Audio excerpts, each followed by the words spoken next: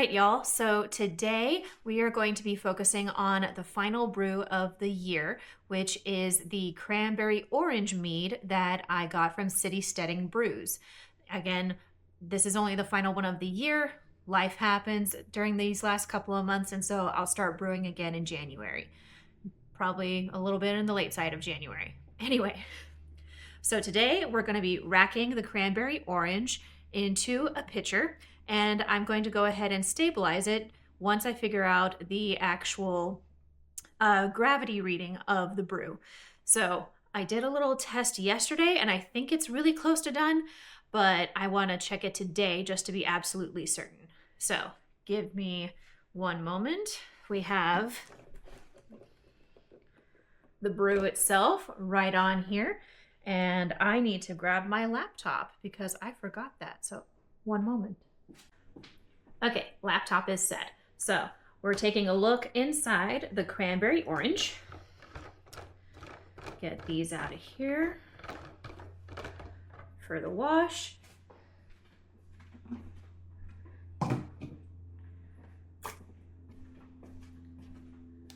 Handy dandy pipette. Now, first thing is first. Let's take a look inside. So if you look, you can see teeny tiny bubbles in there, but there's not a whole lot of activity. But look at that color. It's a lovely orangish red, and we'll get a better look at it later. And no, the smell, oh my goodness, the smell is intoxicating.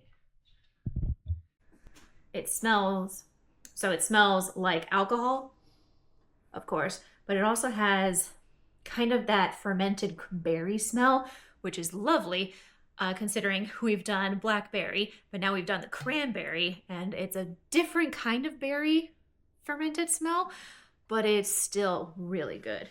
And the citrus, because we zested it, all of that citrus smell is just wafting up. All right, here's our sample. Now I hope it goes without saying that everything that has touched the brew or is touching the brew has been sanitized in the lovely black bucket, including my hands. All right, so looking at my refractometer, it's at 9.9% Brix. So turn that off. Let's do a little taste. She be strong, but she has great potential. So, all right. So 9.9 Brix puts this at a gravity of 1.001. I am perfectly happy saying that that is dry and that we can rack it off of the current lees. So, first thing is first, we have the pitcher. And because it's in the orange fermenter, I have to do a little finagling with the tubing. So we'll get all that set up and we'll just rack it on in.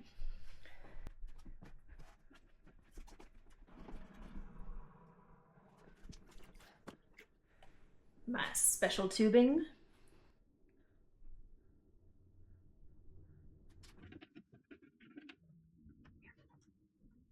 She is secure. And here we go.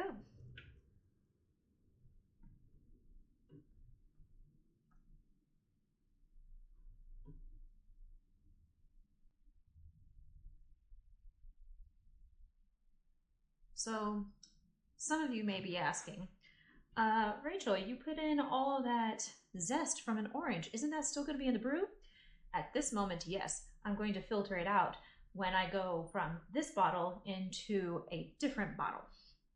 From this pitcher, sorry, it's a pitcher, into the conditioning bottle after we've stabilized.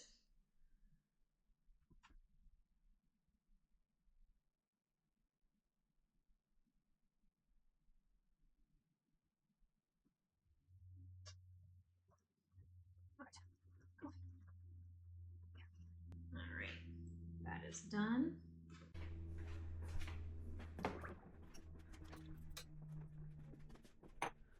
Now, look at this beautiful color. It's not as deep as what the cranberry juice started as, but it's got a lovely ruby kind of look to it. A little bit on the pinker side, a little bit on the orangey side. It's not clear yet. I'm not expecting it to be clear. That's going to take some more time as it's conditioning. But what I want to do right now is we're going to stabilize it with potassium sorbate and potassium metabisulfite. And I'm going to let it sit a week, and then we will back sweeten it, because I do believe this needs some back sweetening.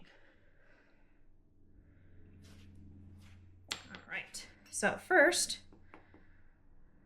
we have Camden tablets, which are potassium metabisulfite. One of the things that we need to talk about with this particular way of stabilization is that it does not kill the yeast. That is very important. In order to kill the yeast, we would have to pasteurize. I don't currently have a setup for pasteurization, but one day I might, and we'll see how that goes. But for now, it's 1 Camden tablet per gallon, and this is just shy of a gallon. So I'm going to crush that up real quick.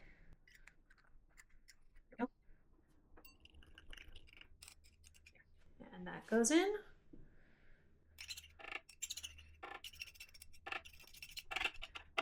All right.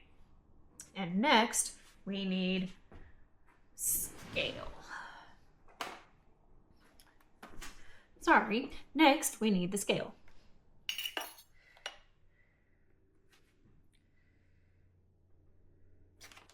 Because this potassium sorbate, it currently says useful when back sweetening. Again, it says it on the label. Note that this product will not stop active ongoing fermentation. Instead, it will inhibit surviving yeast cells to start. I think it's meant stop fermenting. Use 1/2 to 3/4 of a gram per gallon. So again, potassium metabisulfite and potassium sorbate don't kill yeast. They barely stop yeast. They just keep it from they stop new growth from happening.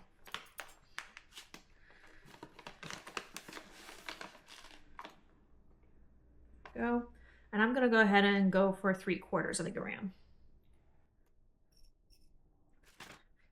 Goodness. And when you go for 3/4 of a gram, it's really not a lot.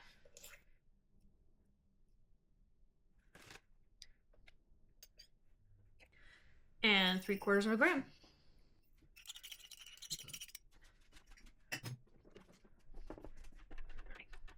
Give it a good stir with the spattle. It's a spoon, it's a paddle, it's a spattle. We're just going to stir that on in. Get it as homogeneous as possible. Knowing that, we're going to rack it again in just a little bit into another container, but it still needs to be done so that it's all homogeneous. There we go. That's a good stir. Now, the vessel that I am going to be racking this into is not available yet. So I'm going to be holding on to this for just a little bit, because now I have to do some bottling of the spiced Sizer and the blackberry apple brews.